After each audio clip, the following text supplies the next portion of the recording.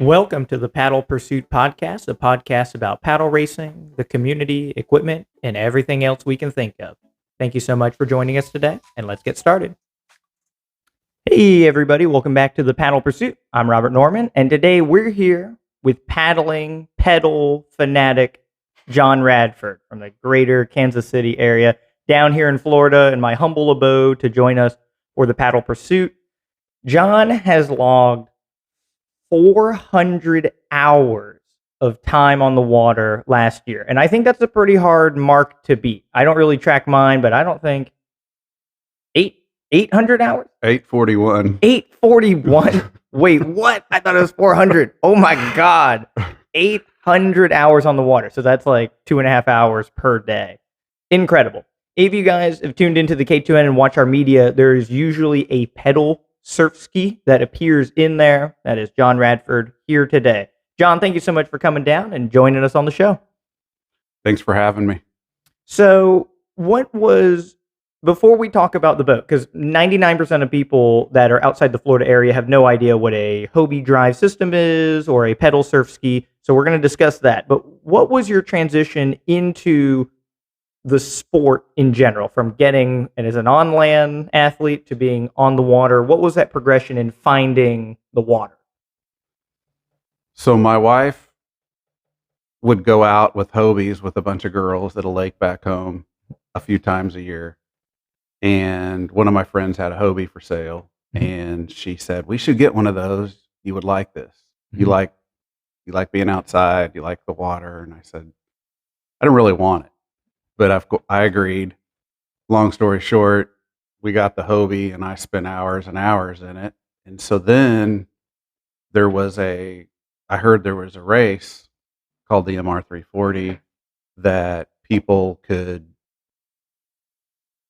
race from Kansas City to St. Louis, and you don't have to get out of the boat if you don't want to. And I was like, sign me up. So that's how I got into the sport, if you will. And I didn't even know what a surf ski was or any other type of craft. What's that? And so during the race, I saw OCs, SUPs, and that's when I learned what they were. So that's the other topic for today, is the MR340 for our viewers that have no idea what that is either. So let's break it all the way down. What is the pedal system that is inside of the boat currently? Do your best to try to explain that machine that you're pushing on. So Hobie has various types of boats, big plastic. I call them tanks now because they're heavy, but they use them for fishing. They use them for pleasure. And it has two fins that sit down in the water with two pedals that you push.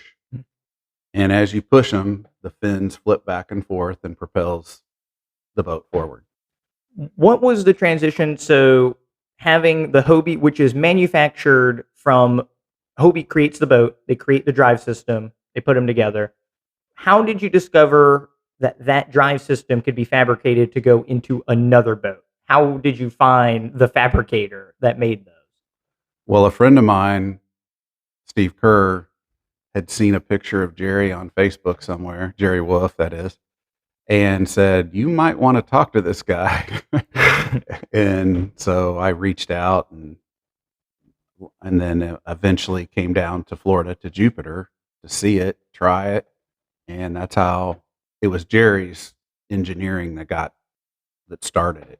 So Jerry will be somebody that we're going to have on the show to talk in more detail about the fabrication process in general, his inspiration into doing it, and then being the only pedal surf ski at most of the races here on the Florida side. So getting into the pedal boat and taking a boat that is a racing paddle craft and putting the pedal drive system into it, and then attending races with these same racing paddle boats. What has that transition been like? Because there's 99% of the time, you're the only one at these events. What's it like integrating into a community where there are a number of other people and you're one of one in most situations? It's different. I remember when I got in the water at Chattajack and everyone was like, "What is that? What class are you in?" All these questions, and but it's the paddling community's acceptable. I mean, I haven't had any negative pushback as far as, well, you're faster because of the boat or anything like that. I haven't experienced that, and we can get into it. But I asked you to help me learn how to paddle, and I sure as heck can't paddle fast. I mean, I cannot paddle faster, but I can see how the size of the blade with the paddle definitely bigger than what we're using to push that system. Right. What has been starting with pedal and then kind of discovering paddle second, and then attempting a lot of those things, SUP, OC, and the surf ski. What has been your opinion going into paddle disciplines, going back to pedaling, and your views of similarities or contrasts between the different types of boats? The stability is night and day. When I first got into a surf ski to pedal, I had a Mako fin. It's at 19 inches wide, I believe. Yeah. And that was tippy for me. I'd never been in anything like that. And so I just spent a short time in it. And then I got an SCL, just 17 inches wide. But I could still do it. And I got that SCL when I was down here and down in Jupiter. And I came up and I remember you told me one of the first thing is put 40 hours into that boat and become one with the boat. I always remember that phrase. And I went home and I spent 40 hours in the boat, and before you knew it, I knew everything that boat would do. And so when I decided to get an SCA, jumping in that boat, really, there was no learning curve. It wasn't that hard. Now, then when I asked you about paddling, I got a Falcon. And I had a pedal Falcon at the time too. That for me, I could barely keep that paddle Falcon afloat, but yet I can pedal an SCA. So, but then people get in the pedal boats and they think, "Oh my God, this thing's so tippy." So stability is completely different. Yeah, that's one of the big differences in all kinds of different paddlecraft. One of my favorite examples is Team France with their Olympic K1 system and their Olympic rowers, right? They would race each other, and at the end, both athletes would switch boats. The kayaker gets into the rowing boat, the rower gets into the kayak. They both instantly fall, right? Because the balance necessary for the craft that they're good at is a little different than the other one. So when you go to something that's like an elite level stability and you have no experience, you fall instantly, right? So no matter what the paddle or pedal craft is, getting good at it takes time, right? And I think that's one of the reasons the integration into the community is so positive. Is anybody that tries to pedal ski, it's freaking difficult, right? Because you're just in a weird position and you're relying on a stability that's changing each time you pump your legs, the fins move, and you have to get used to that, right? And then going fast is super taxing on your legs, right? Like you don't just have those muscles optimized. And so one of the unities within the community is knowing that other racers have gone through a lot of the learning curves that you have gone through personally. Like Joe Sirkovich talked about that on episode 2. Everybody has either paid the swim tax or they've put in the time and the effort. And that's the thing that kind of glues everybody together. And nobody got in the pedal ski and went 8 miles an hour and were like, "Oh, this is really easy," right? No. Like they get in it and it's a nightmare. And right. And so getting good at it is every bit as difficult as the other vessels in its own way, right? And I think that's one of the things that's real important from the community standpoint, where, it's hard. And that's what, gravitates us to racing in general. One thing that was really interesting is I always looked at people that did SUPs and I'm like, they're insane. I would never do that. Because I just thought, oh my God, that's got to be so hard. The little 23-inch boards. And I think you even said, if you get on that thing, good luck. You won't last 5 seconds. And last summer, I had bursitis in one of my muscles in the rear. And I literally could not sit in the ski. I just couldn't do it. Mhm. And so I was frustrated at race league, and I asked one of the guys, "Can I try your board?" And it was 22 or 22 and a half. I think it was 22 and a half. And I jumped on his board and just went.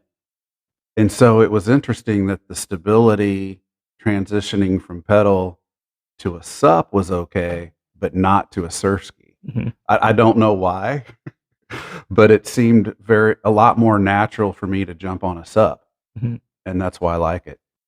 Yeah, and it's different for everybody. Some people, like Christina, is a great example. When she first got on SUP, very cautious, and being cautious is being stiff and tight, right? So her on a SUP was like a fist fight, right? But now she's good at it. She runs around on the board, no problem. But that initial learning curve is different for everybody, and it's based on how relaxed you can get, right? So like the Falcon, it's tough, right? You're sitting, and it's instantly, going to be tippy, and it creates hesitation, right? Versus on the SUP, there are some features on it that don't make it immediately fight you, right? So when you stand, it's not mean, right? So it gives you that moment to like, oh, I can do this, right? And within that kind of relaxation, you're able to kind of conquer it. That's what makes the pedal ski tough. Is you get on it, oh, this isn't so bad. And if you push one leg to full extension and the fins come up to the sides, the boat bobbles, and then people are like, oh crap, right? And then kind of getting over that learning curve is the difficulty in feeling comfortable on it in the short term. So, looking at the community that you have in Missouri, you have the weekly race league on Shawnee, and then you have major races that are on the Missouri River, 50, 60 miles, part of the MR340, which we will get to. What is the contrast in the community as a whole from your perspective from that inland area versus coming to Florida consistently now for years and the coastal racing scene? What are the things that you see different from the other racers, race directors? What is different between these two communities? I think personality-wise, the people are the same. Hmm. Very welcoming. How can I help you? Right. You ask someone that has tons of experience, they'll talk to a new beginner and be willing to help. That people are It's a great community. Mhm. However, the difference is I ask people in Florida about going and doing a Missouri River race for 4 or 5 hours, and they look at me like I'm crazy. Mhm. I asked Chad Sipple the other day, I said, "You should come try like the 340 or something like that. You do roll at it." And he said, "Oh, I'll get hurt." Mhm. Scott was another one, and so people, they think that's way too long. They'll get injured. But then I talk to people in Missouri about wind and wake. Oh, you know, 15-mile-an-hour wind, and it's brutal. Sure. And a 15-mile-an-hour wind up in Missouri is not a 15-mile-an-hour wind in the intercoastal. Right. They're a different animal. Mhm. And so I think that in the inland people, the inland people that pedal down here for pleasure, sure, that's going to be similar. Mhm. But as you get to the competitiveness of it, it's more wind and surf and speed. For a 12-mile race is considered a long race around here, Mhm. but yet if you're not averaging over 7 miles an hour, you're not competing. Right. You go get in a 4 or 5 hour race on the Missouri River, your land speed's going to be more around 6 Mhm. Right. to go that. Well, it could approach 7 training Right. properly, but there's not a lot of them that do that. Right. Yeah, I think each region will always, and this is not just like the Southeast USA and the Midwest in general, but every area is going to have a regional thing that everybody is directed to, right? We do not have a Missouri River here that creates a 5 mile an hour current. Like it doesn't exist, right? And Missouri does not have breaking waves in 5 mile an hour wind, right? Right. And so you have these athletes that are going to gravitate from one to the other. And it's interesting with the ultra long distance and the mid distance guys, I guess would be the way to put it. Is when you talk to a sprinter, they can get tired and have a day's workout in 30 seconds. So when you talk to them about, hey, would you be willing to race for a minute? They're like, I don't know. Like 30 seconds is enough, right? And you can take that scale to 2 minutes, 4 minutes, 5 hours, 10 hours, right? So when you talk to a guy like Chad, he gives it all he's got for 90 minutes, right? And in his mind, if he were to do that 90-minute effort for 3 hours, he'd die, right? I feel the same way, right? But figuring out how to pace yourself for the entire distance, that's the key. Because everybody can technically do it. We just think of what am I good at and can I do it for that long, right? And I think that's one of the big hesitations with people is it's like a mental check on you're going to go longer, but you're not going to push as aggressively because it's 4 times or 5 times as long. Or in the MR340's case, it's 40 times longer.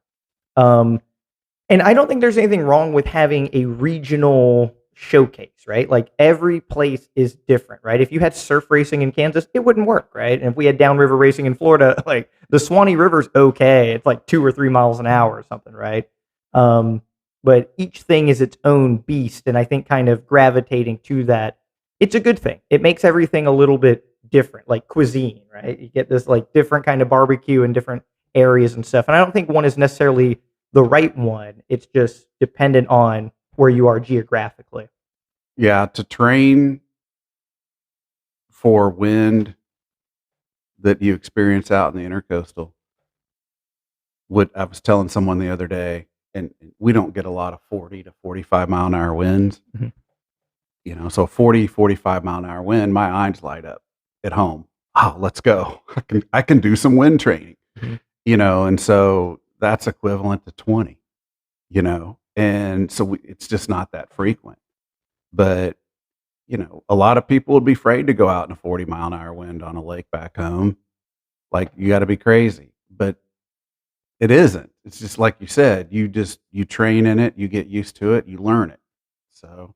Yeah, and in Florida, I think the reason that you kind of have to learn it is race directors will let you go. That's the thing is like you're going to race, right? So you get out there and you're either prepared or you're not prepared. And if they were canceling races at 1 or 2 foot chop, it would be totally different because you wouldn't have to spend time getting good at it. But instead, you'll show up on a race day, the wind's going to kick up, and it's like, oh God, if I want to win, I have to be good at these conditions, or I'm going to falter, right? And again, that's a geographical thing. In Missouri, let's say you're going down the river, the wind is going to funnel into the river, so it's either a headwind or a tailwind. You don't really have this crazy broadside wind that you have to deal with in the same way. And if you are racing on a lake and you have 40 mile an hour winds, if they call it, you don't have to get good. There's no reason to, right? And so that's part of the, again, the different geographical areas and how races are held kind of mold the athletes. In Florida, if we only did 200-meter sprints and nothing else, nobody would race a mile. Nobody would do 2 miles, right? So, and there are, subsects around the U.S. and the world where they race 1,000 meters. And that's it. That's the day. You go home, high five, 1,000 meters, you race 5 minutes, and that's that. So let's get into the MR340. So I want everybody to know at home, and I'm being the bigger man. I have been scorned by the MR340 page, but John and his opinion and his personal experiences are important enough to the paddle pursuit that despite the race organization of the MR340, I still want to talk about it. You're not the only one that I want to have on the show and talk about your experiences. So despite not being able to promote even the paddle pursuit via the MR340, I will be the bigger man and promote it for them. So explain to me and to everybody the MR340. What does the 340 mean? It's 340 miles. You start at Caw Point, which is where the Kansas and Missouri River meet downtown Kansas City. Start on the Kansas. That's how they line up. You go to St. Charles, Missouri. There's no mandatory stops. So you can just go. And the people that are trying to set, let's say below 50 hours, below 50 hours is a good run. Yeah. Below 40 is elite. And you hit boat ramps. There's boat ramps scattered throughout the river, and your crew is there, and they resupply you, and you go. It's been, I can't remember, it's been there at least 10, 12 years. Apologize, I'm probably off a little bit, but it's grown and grown and grown, and there's people that you can bring any craft. It's open. You can. There's been people try to do it on. They cut out a log or they make some crazy stuff. But there's a reaper. So if you're not at a certain checkpoint, by what you're out. But there's people that do it every year and do it. You got 4 days to complete it, and they do it for fun. They stop and sleep each night, and it's a fun thing. What is the participation number approximately in the last couple of years? They cap it at 500, and it's usually sold out. Gotcha. Is that 500 boats or 500 people? It's 500 boats. Gotcha. And there are a lot of 2, 3, and 4 person boat or 6 person boats that do. Yeah, There was a dragon boat last year. That's right. Dragon boat. Yeah, so that's 20. So I mean, the participation number is likely 700 to 900, depending on the field of tandem crafts and the triple crafts. What is the psychology that goes into this? So again, as I've alluded to, the Missouri River does have a 4 to 5 mile an hour current that is pushing you in the right direction. So you can sit in your boat for an hour and you're progressing actively towards the finish line. Average is around 3. Gotcha. So the section you were in when you were in town was faster. Gotcha. And so depending on the flow of the tributaries that feed it, right, levels, but the average is around 3, we call it. Sometimes it can be 2.5, sometimes it can be 3.5 for the average. But the mindset is, if you want to win, you don't sleep. I mean, you just go. Sure. And so I had to learn a lot about nutrition for ultra marathon type stuff. I drank liquid nutrition the whole time, right electrolytes, anti-fatigue stuff. And so there's a lot that goes into it if you want to stay awake and continue to compete at that level for that long. My experience is day 2 is the hardest, especially if you get into the second nightfall, which most people do. If you're at 50 hours, you're coming in about sunrise after the second night, and the second night is always the real hard part. You navigate. There's a river channel app you can get, so you know where you're at in the channel. They schedule it for full moon, but it could be cloudy, could be lightning like last year. But it takes some serious training if you want to go straight through. Right. I mean, there's been people almost finish and they get pulled out of the race because they're just not there, for safety reasons. So speaking of safety reasons, so you mentioned the Reaper, so I know what that is, but describe the Reaper and its role in weeding out some of the people that are ill prepared for the MR340. So there's 5 mandatory checkpoints throughout the race. And so Waverly is 70 miles down, and if you're not there by, say, 7 o'clock the first day, which is like 12 hours, you're out. Then the next checkpoint, Glasgow, Jeff City. If you're not meeting those certain checkpoints by a certain amount of time, they pull you out, because there's safety boats, and they got to stay within a certain range, right? They can't monitor people way back. They got to patrol that area. So 5 checkpoints, and that doesn't mean you have to stop and check digitally. You can drive by and check in, check out, or I had my ground crew do it for me. So the event is essentially 10 times longer than a Chattajack, and most people, again, from the Southeast region, are going to look at the Chattajack and be like, holy crap, like, if I'm going to do a 4 or 5 hour race, it's going to be once a year and that's it, right? And then in Missouri, you have this thing that's 10 times as long. And then every month or every 2 or 3 weeks, you have a race that's 50, 60, 70 miles that is a section of the MR340.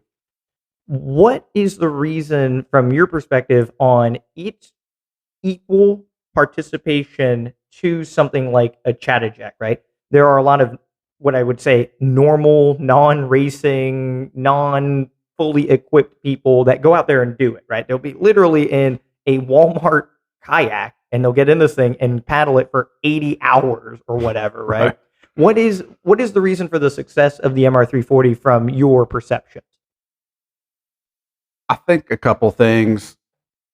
It's all these races support the Missouri River Relief Program. As far as keeping it cleaned up and that part of it, and then there's the part that the community has grown to where that's the big thing. I mean, they can't, like, you wake up for Chattajack at midnight. Same thing with the 340. The minute registration goes, everyone wants to do it. Mhm. It draws people from outside too, like the Dragon Boat last year, because it's the longest race without a mandatory portage. Mhm. So it draws a lot of outside. You got 500 entrants, maybe 100 of them are shooting to be super competitive. Sure. Right. Right. And there's a lot of there's DNFs. Mhm. I mean, there's usually 100 or so DNFs.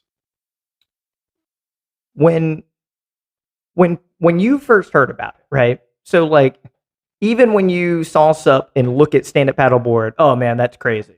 But you had already done the MR340, which Mhm. is the pinnacle of crazy. What was the thing that motivated you to do it when you had first heard about it, right? So you just got into the pedal drive system, and it's just like, I'm just going to do it. Like, what was the thing that was like a motivator for you? I could be on the water and not have to get out. I mean, honestly, I hadn't even been on the river, let alone at night. Mhm. And I had a Hobie Revolution 16.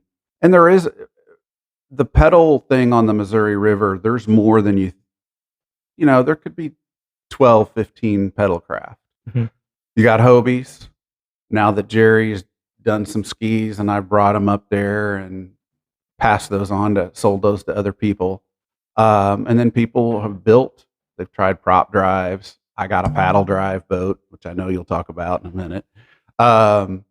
So the pedal thing isn't as big, but it's way more than down here, Mhm. And I think what's encouraging, what Jerry has done is set up people with bad backs and shoulders. I mean, I've had 3 shoulder surgeries in the last year, and there's no way I could enjoy doing something or participating. Jerry couldn't with his back. Mhm. There's no way he could paddle. And I'm starting to talk to some more of these people.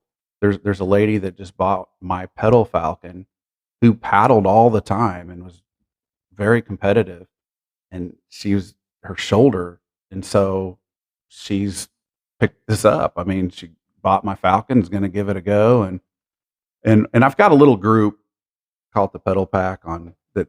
People that buy boats from me or get into the thing, we're learning. There's no book on this, Mhm. and so I support and help the people that just like the people like you and that the other people in the community. A guy comes up to me and he's a little Hobie Revolution 13 and he asks questions. Yeah, let me see your drive. Mm. And I fix it for him. You should do this here.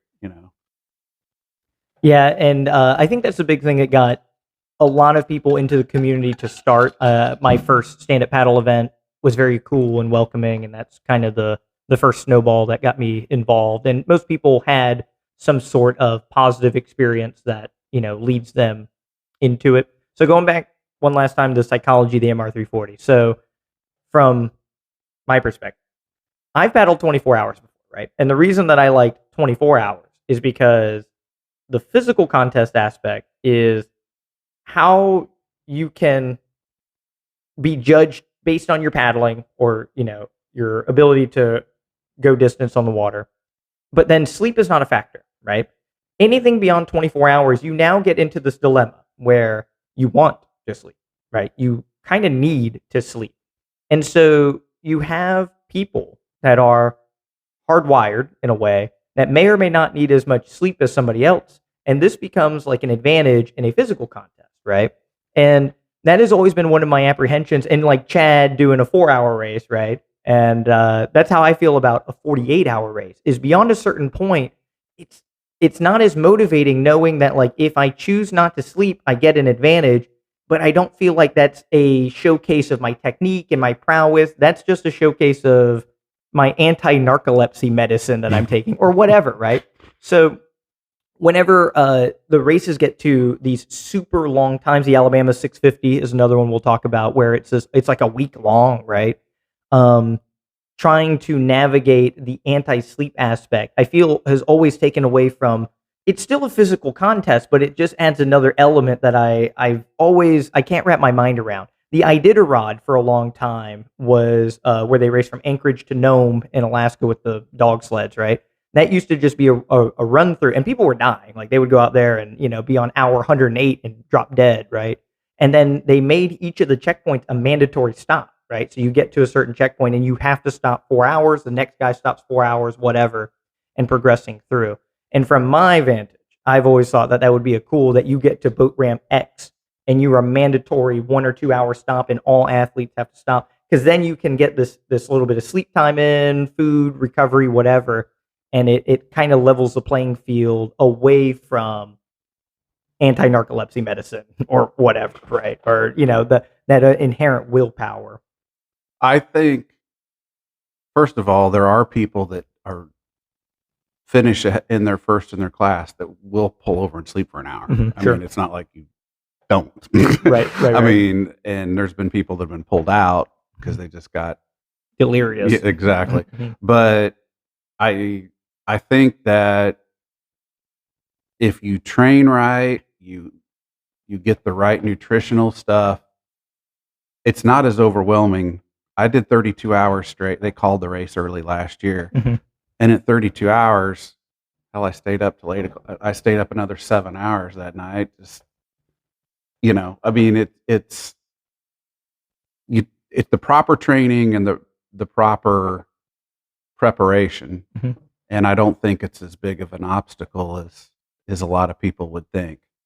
Yeah, and one of the reasons for my apprehensions is that is a similar sentiment that many high-level racers have, right? And it's one of the things that holds them back from doing it. Joe Sirkovich mentioned the MR340 in his podcast. He's like, I thought I was going to do it, and then I decided not to, right? Somebody like him has all of the raw talent to do it, but now it's all the logistical things. Can you stay up long enough? Can you get your hydration and nutrition right? Is your planning on, stopping, refueling, all that stuff? The logistics are the things that keep an athlete like that away from it, right?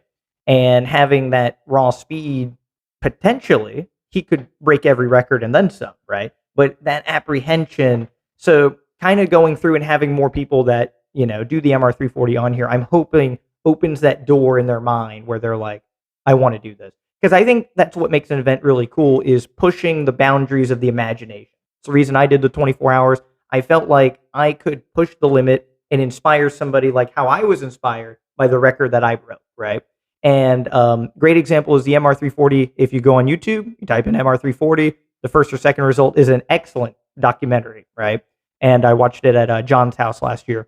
And it's like you can't help but not watch that and be like, I'm ready to do the MR340. Like right now, like let's go, load the boats. We're going to the river. We're going to do it right this second. So I implore everybody to watch that. But before you watch it, let's talk about the Kraken. I have the Kraken at the bottom of the list. You mentioned it. The documentary's on my mind. The Kraken. So we've been talking about the Hobie pedal system, right? So you have a surf ski and the Hobie drive system attaches into the inside of the boat. You sit and push on it. The Kraken is its own fabricated pedal machine. So do your best to try and explain what is your Kraken, and then explain from the documentary what that Kraken is.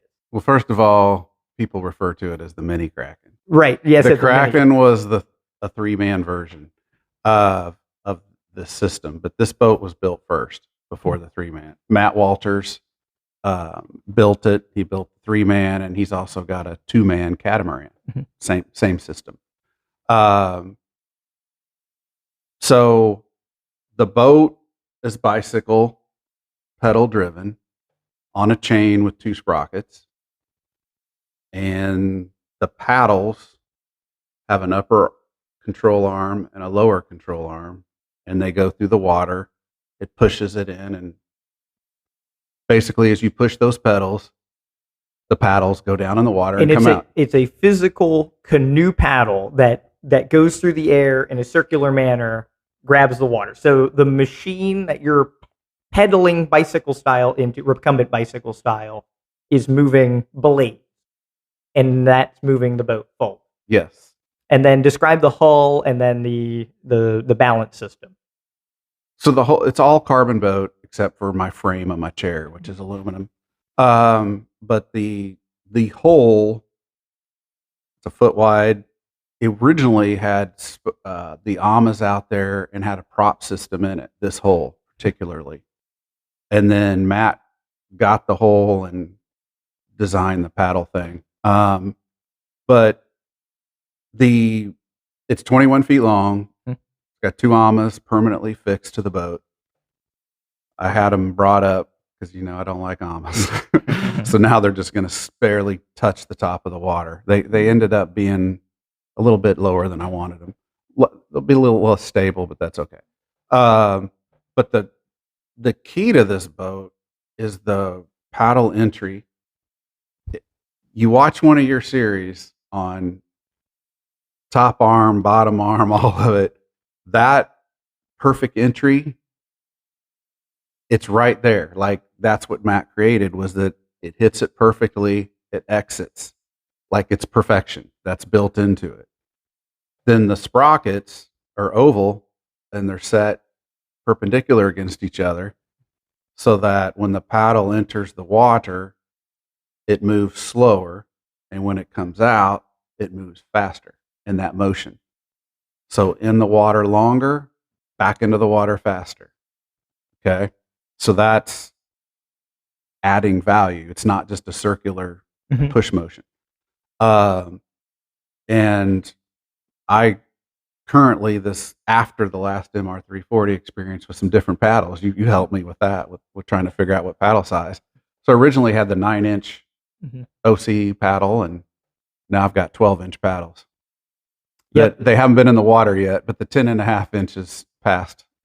Yep. So the blades or the paddles, they're just like standard style. If you look up the ZRE paddles, very similar, and they have a clip in, and they clip into the machine, right? So you can change out your paddles on each of the control arms. And I think that's one of the coolest potentials with pedal-powered paddle machines is the paddling machine can inherently mimic perfect movement.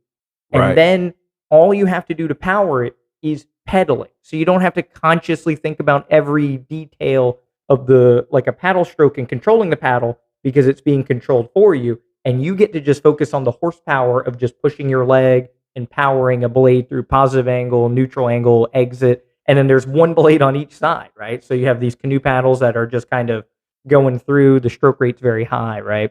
So very cool with the fabrication process and the potential for that. The potential for that is through the roof, right? So yours is the mini Kraken. So it's one guy pushing 2 blades. The Kraken is 3 guys, and they're each in control of 2 blades. So it's a 6-blade craft. Describe that boat. The boat's retired, but it is a 3-man version. They did it 3 different years, different setups. The paddles were in the rear, some they were in the front. They all had their own systems. They were all on the same system. So Matt has put each year testing, always testing. Again, there's no book out there on this stuff, but the most successful year they had, they were all on the same system. That's why his Kraken, he calls it, the catamaran, those 2 are on the same system, pushing the same paddles. Think of being in sync as a tandem surf ski, right? So, but that boat won the 340 one year, took second a couple years, I believe, or I don't know the exact facts, but I know one year they took second, one year they won it. But my single boat has the paddles in front. There is an advantage to putting them behind you because of the wind. Headwind, paddles are behind you, helps. But I talked to Matt about this. I want to see my paddles. There's debris in the river. You don't want to break a paddle. Sure. So I like the advantage of seeing them. And we'll see how it does this year too. And I want to say that I'd never ridden a bicycle. Like I didn't like bike riding. Hated it. So what people wanted to do me to do. I'd love to swim and I love to run before this. Do these mini triathlons. I said, I'm not getting on a bike. I hate it. I hate it. And so they're like, that's the easiest part. I'm like, I hate it. So I had to learn this. Like it's different motion. It's a different muscle group. It took me 3 or 4 months to learn to pedal. So you do have to focus on which muscles you're using to make sure you're not burning out your legs and things like that. And then after that race, the MR340, I trained from April to August. Was interesting, Robert. I lost so much muscle mass training for the race. Sure. Because the Hobie system took so much pressure to keep your muscles big. Then I had to get ready for Chattajack. And I'm like, I got into my SCA and I'm like, oh my God, I can barely push this thing. So I got back in it, got those muscle group going. So it's different. It is completely different. Yeah, the one of the science aspects with the pedal boats is the more efficient the boat gets, the less pressure it takes to create speed, right? Like that's efficiency. So if you had the pedal system and you had 20 prop systems on your boat, the amount of force that you create on one revolution is much more than just having one paddle go through the water, right? And so spending a lot of time on something much more efficient and going to something less efficient, like you said, it takes muscle mass to move it. Great example in the biking world is one gear track cycling in the Olympics, right? Those guys have gigantic legs, right? They're freaking huge. They sprint, and the bike itself is inefficient because it's got one gear, and that gear is really tough, like a Hobie drive system, right? Versus if you got like the Tour de France, like they're sitting there, they're changing gears all the time, and then their machine that they're using is much more efficient because of the gear ratios are able to change, right? And so in this case, how the mechanism that moves the vessel forward, the paddle system, how the arms work in comparison to the Hobie drive blade, it's different, right? And it takes different muscle groups to get the hang of it. To the point, I had John's boat for a while here, and I would go out on the lake and I would do a 5K in that thing. And I would get back on land and I would be like Bambi, like crawling back to my vehicle because my legs would just be so ungodly tired, right? And like you said, switching between different muscle groups, changing the position of your foot up or down, right? Changing how hard you're pushing, or if you have clips in and pulling. There's so many different variables that you can engage with that. So with the pedaling, right? One of the allures of the Hobie drive system is that system is relatively standardized, right? It's manufactured. Any dude can go online right now and buy a Hobie drive, get it in the mail, and they can put it in a boat that's pre-existing, or they would have to fabricate their own boat, right?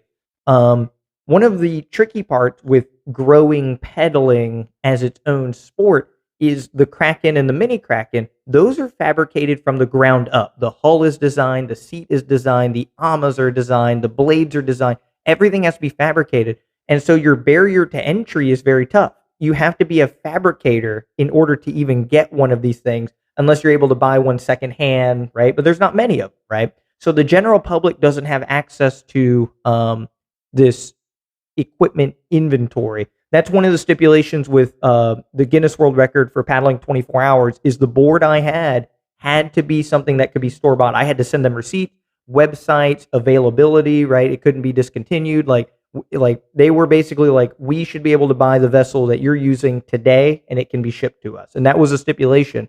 And if not, it wasn't valid for the Guinness World Record because they didn't want it being a fabrication battle. They wanted it to be a physical contest, right? So with that perspective, what is your opinion on having something that is standardized versus something that is fabricated in relation to growing the sport in the future? I think that something that's standardized and already fabricated, just the cost alone. Absolutely. I mean, it's Matt probably has thousands of dollars into all the research he's put into it. Sure. Hobie did all the research. They came up with the drive. Right. Plop it in. There's parts, but and Jerry Wolf, he does all his by hand. I mean, it's hours and hours and hours to take that Sirski and convert it. And so he has to charge for the labor, but it's still cheaper than, trying to do something like Matt did. Right. People have done some prop drives and been successful in the past, but now you're talking about even more parts, Right. more money, because with a prop drive, you've got all kinds of more mechanics, Mm-hmm. more research on pitch and everything, and more things that could break. But I think the Hobie system right now is what's been working for Jerry. And there's 12 of his boats out there now actively running and working. But that's definitely taking something that's already made and putting that to use is way easier. What do you think from Theo Byrne was on the show for episode, I believe he's 8. We're doing all these way in advance. And I asked him, what is the growth of paddling when SUP arrived? The SUP bubble brought in thousands of new people. I'm one of them, right? And then that bubble has burst, right? SUP is now, a thing of the past. And I was asking him, what is the next bubble? What is the next big thing that draws people into the sport? And he said, I think pedaling is something that is going to get bikers off of the road because fatality rates are so high, put them on the water where it is inherently a lot safer in regards to getting hit by a different vessel. If this pedaling sport were to grow from your perspective and to be a big thing, what would be the changes either in manufacturing, the industry, the community? What would change to make pedaling something where you show up and there's 60 other of you as opposed to just 1 or 2?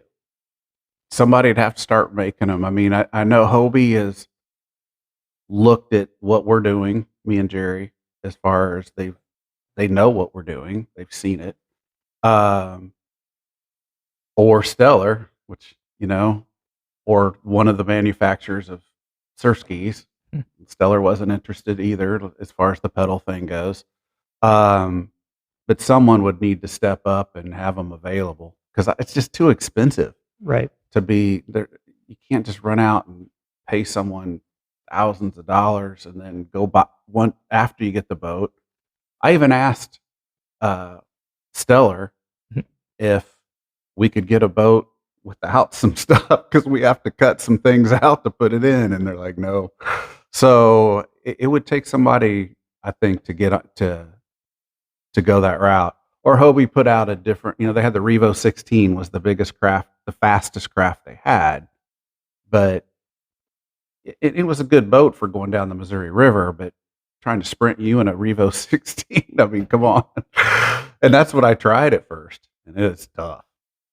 Yeah, the manufacturing aspect and the availability definitely super important. So mentioning Stellar, 95% of the pedal surf skis currently are Stellars, a couple Revos floating around, a couple Epics and older Fens and stuff. But the majority of them that they're seeking is Stellar kayaks. Have you talked with or has Jerry or you talked with Stellar that they would not be interested in making a mold with the Hobie drive system? Is there a proprietary thing? Is it if having a diagonal hole built into the mold? Is that a Hobie thing? And then the consumer can put the clips in. I don't know how that works. Yeah, and I don't. Stuff, that could be part of it. Sure. Dave Thomas is a really nice guy. Mm-hmm. I talked to him at Chattajack, and he's like, it's very intriguing. I love what you guys are doing, but they're made a certain way, and then it'd be very difficult right now without a demand to do something. Hobie could, and what could they make it with the Hobie thing? And then, you know what I mean? You got 2 different companies going on here, whether it be a Surski manufacturer or Hobie. Hobie makes the drive. You think that they'd be the easiest ones to come up with something. They're big in the fishing, kayaking world right now. So the more and more people that can go out and do what we're doing and give, I think the biggest thing, Robert, is giving people an opportunity that can't, like the shoulders, the backs, or just people that want to do something different too. I mean, I've watched you and other people, they do OC for a while, they go do something. It's nice to have a challenge of doing something different. Just like I want to learn how to do sup now, because I, with the shoulder issues, I cannot double blade. It's just not going to work. But the single blade wasn't so bad. Now, am I going to go out and set records? No, but at least I could enjoy it. Yeah, And I think that's the thing, is get people that option in the pedal world to do it. yeah, People, and I think that's one of the reasons that a lot of people feel that pedal can be big, right? Is every paddling person would be interested in it because it's a similar vessel, right? And then you're just propelling in a different way, no different than the single blade versus the wing blade versus paddling with your hands or whatever, right? The variety is very intriguing to a lot of people. Race category is another intriguing thing. If you're one of one, it's tough doing stuff, right? Like I've been in certain races where it's like if I sign up and do prone, I'm the only one, right? So I'd rather do OC and race 11 people, whatever. And so having more people breeds more people because, I'm in the same classification as all these, other racers. Right now, we identify the pedal surf ski as a surf ski. So you're racing the other paddlers and stuff, right? So most people will widely accept that. But splitting it opens up a whole new universe of people that would be willing to kind of flood in. And one thing that some people have taken the surf skis that Jerry have done and they've put an AMA on them for the Missouri River.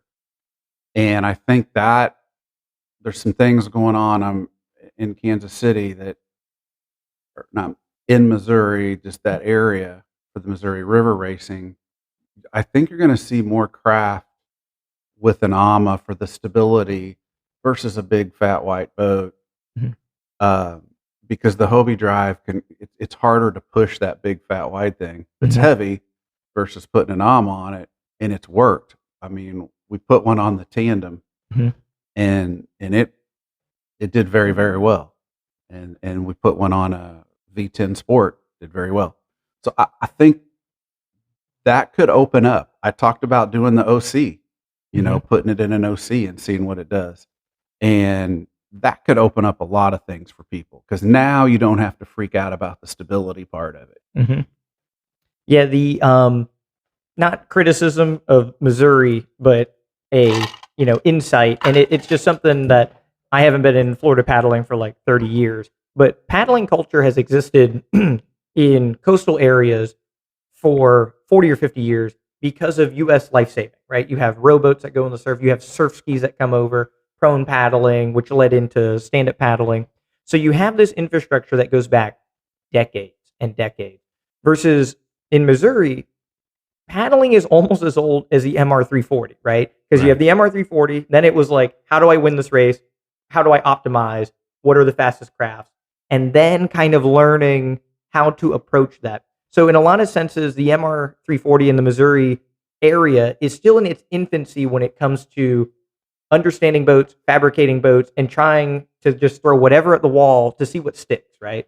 And there's a lot of things that are different, right? Talking about the river, the heavy flow downriver, when you bolt on an AMA to a boat in any context where you go into the wind, out of the wind, into the tide, out of the tide, up current, down current, it's going to beat you to death. And so it's been kind of known, like in Hawaii in the 80s, they bolted AMAs onto everything, right? And they figured out it didn't work.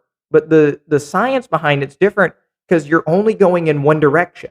So you have this support arm that is causing drag, but it's also picking up more current, which is moving you in one direction.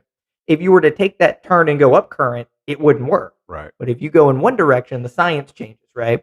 And so it's very interesting looking at the things in Missouri and how they're approaching things and finding success in a way that has been unsuccessful in the past because the things are different. Having an AMA, it's a little slower. But when you're on hour 55, stability is not your friend anymore, right? So having that now, you just lean left, you're not going to fall, right? And it's helping propel you down the river. So there's a lot of neat things that are coming out of that fabrication process and experimenting with what works, right? And bolting on amas to everything has been kind of a classic, Missouri thing. You'll see boats literally drilled with an iron rod sticking out, and then the ama will be like a 2x4, right? And they've gotten better about creating yakus with shape and then having outrigger amas that have, less drag. But some of the old ones are just drilled in, man. I've seen, the Riverhawk boat shop that's in Kansas City. Joe Mann and A-Dog, Adam Burns, call him A-Dog.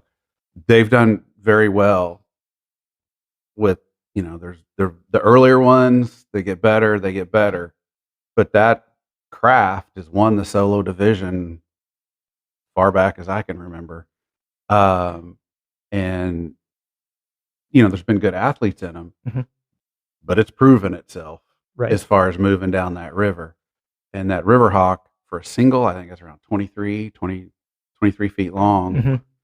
It moves, and they're making tandems now. They're getting ready to. They just did one tandem. So, but there's the AMA concept, right? As far as it's got that steel bar that goes out there, and the shape of it though has gotten better, and it's pure carbon. Right. The boat's carbon, the AMA's carbon, and it's been very successful. Yeah, and you can see a lot of that evolution because, like you said, 5 or 6 years ago, it's like if we had paddling memes, man, we would just share pictures of some of these early style boats. But they're becoming, the modern Riverhawk is like you look at it, it's like holy crap, like. And knowing that it is a one-way downriver rocket, that's what it looks like. Like that would be the boat that you would come up with. And when we look at a lot of other paddling shapes, our mind is like, oh, it has to be successful for this or that, right? It has to, in Florida, it has to downwind, it has to surf, it has to go in and out of chop. So a lot of those shapes are irrelevant when you're going downriver and you don't have to deal with wind or chop or anything, right? And so it's interesting seeing these extremes emerge from these different regions, right? They have different types of races, and you have a craft that is ultimately going to placate to that. And I think it's great. It's cool seeing that innovation kind of blossom and mature over a period of time.